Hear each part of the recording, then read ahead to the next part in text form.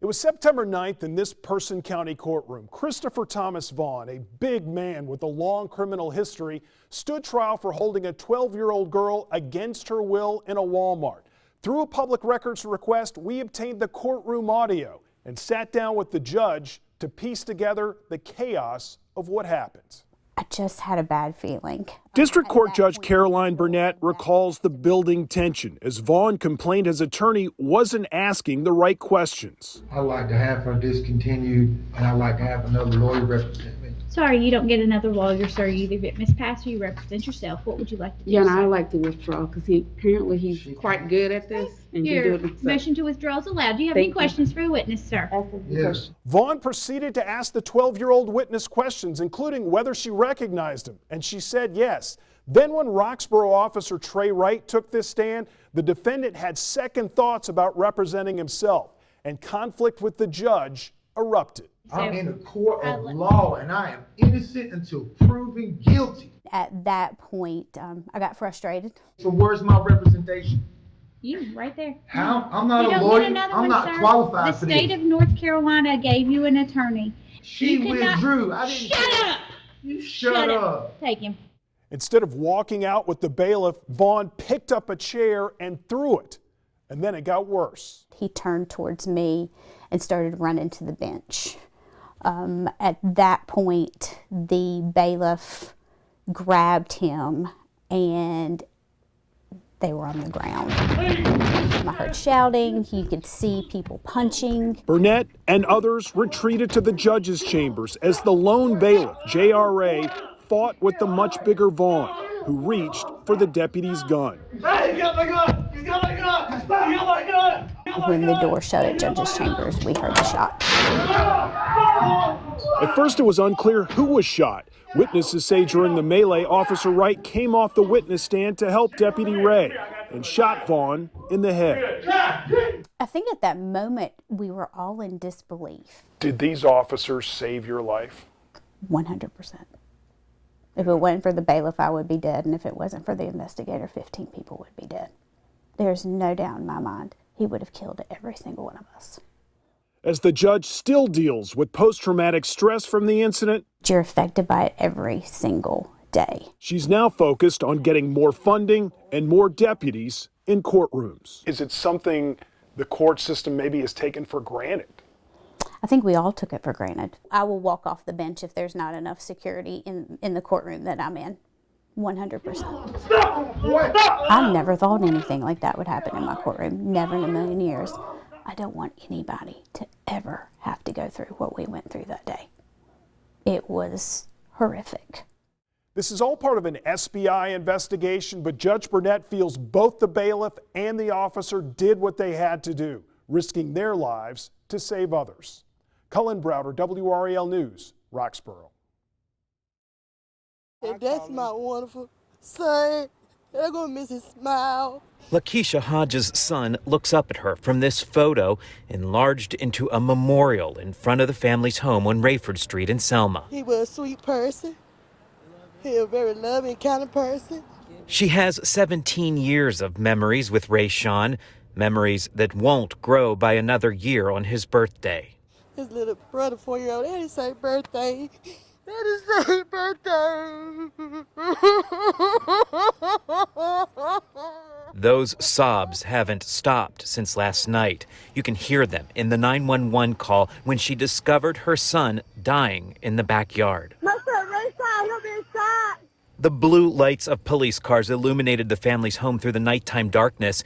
Daylight reveals the bullet holes marked by evidence tags, 10 letters into the alphabet. Oh, like a firecracker. Pow, pow, pow. Pow, pow, pow, pow, pow.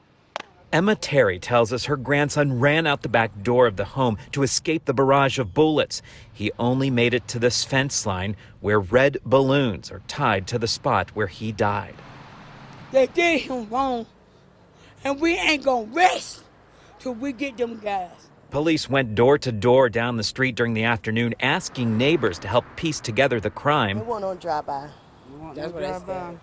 Cause I was sitting right there at the end of that road down there, and I was seeing the car speed out. Here's a tire speed off somewhere. Hodges' family is doing the same, seeking answers to one question. Why? Why? Why you would do that? He's a child. Yeah. Those answers may not come quickly, so this grandmother takes a seat and waits under the red balloons, remembering Rayshawn. I'm not giving up. Rayshawn, we love you, baby. We love you. This is the Jacksonville City Cemetery, not far from Camp Lejeune, and this section will stop you in your tracks. It's reserved solely for babies who died.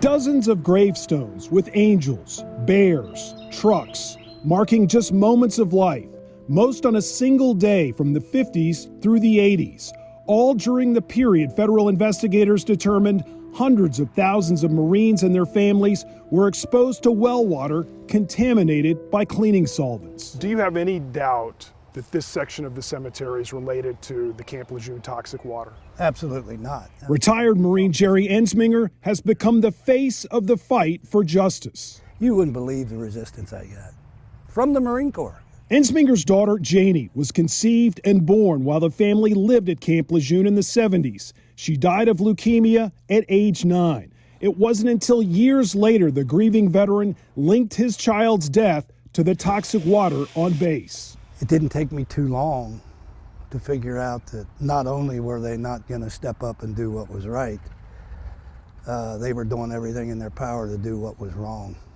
A cover-up? Yeah. Ensminger joined then-President Barack Obama for the signing of the 2012 law unofficially named for Janie that provided benefits for vets with presumptive illnesses tied to the poisoned water. Still missing, however, was a legal avenue for Lejeune military families to sue for relief. It just brings back a lot of hurtful pain memories. Audrey Williams Pride, who now lives in Charlotte, lived on base with her Navy husband in the mid-'80s. Despite a complication-free pregnancy, her son Willie, who would have been 36 years old today, died at birth without explanation. I thought for the longest it was something I did that caused the death of my child.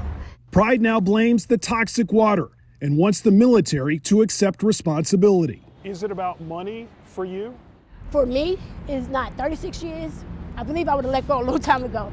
For me, it's about justice, about standing up. The levels that were detected in the early 80s, actually, at Camp Lejeune were among the highest, if not the highest, I've ever heard of. Epidemiologist Dr. Richard Clapp cites studies proving the toxic water has deadly consequences, including stillbirth.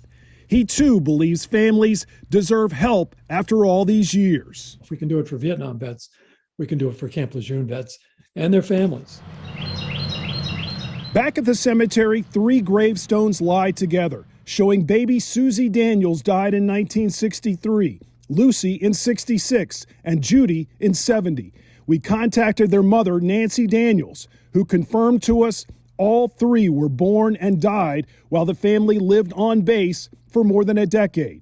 She believes toxic water contributed to the stillbirths. They didn't give a damn. The only thing they cared about was if you opened the tap and water came out. Ensminger won't stop speaking out for his family and thousands of others who lived at Lejeune. After 25 years in the Marines, this is his life's mission. They figured they were going to get away with what happened at Camp Lejeune. I'm here to see that they don't.